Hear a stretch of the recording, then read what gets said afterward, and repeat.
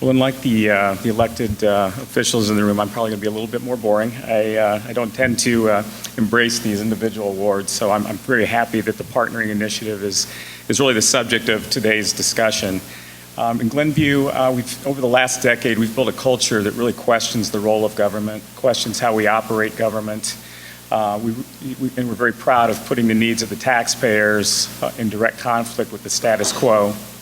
Out of that, challenging the status quo, we have transformed how we operate as an organization.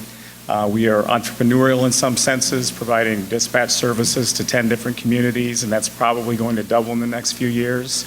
We've made the investment in that technology and have actually set up a satellite station. They're investigating another one.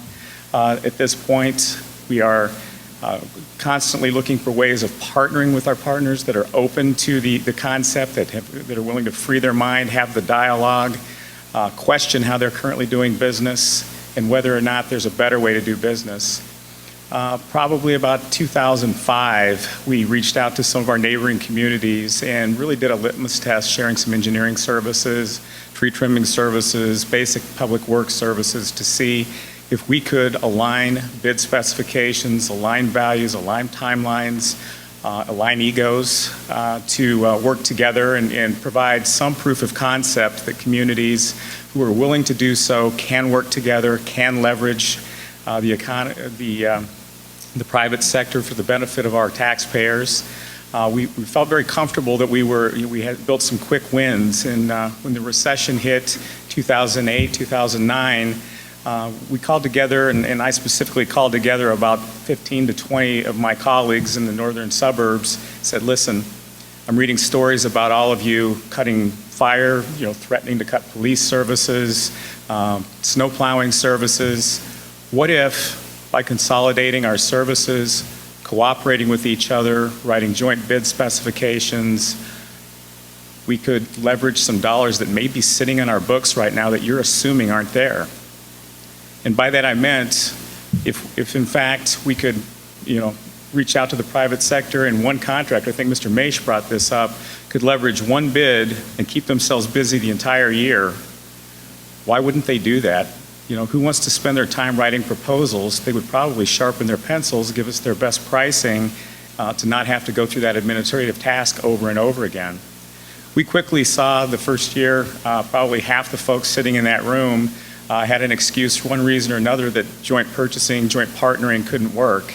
But there was a core group of about 8 municipalities that stuck with us, proved the concept worked. We got the word out through Northwest Municipal Conference, got the word out through the media, what we were accomplishing.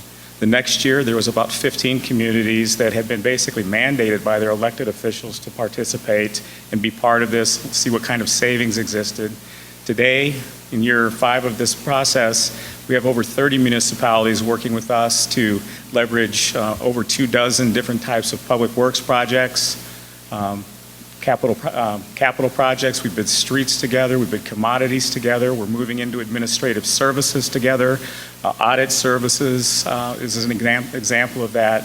And what we've found is that while the cost savings are continuing to slow down because the recession did thin out the contractors to some extent, we are containing costs, which is a very important concept in municipal budgeting. There's not one of us that doesn't put a capital improvement budget together and doesn't count on certain assumptions moving forward, and those assumptions cloud very much our policy discussions with the elected officials. How much money will we need? How much money do we need?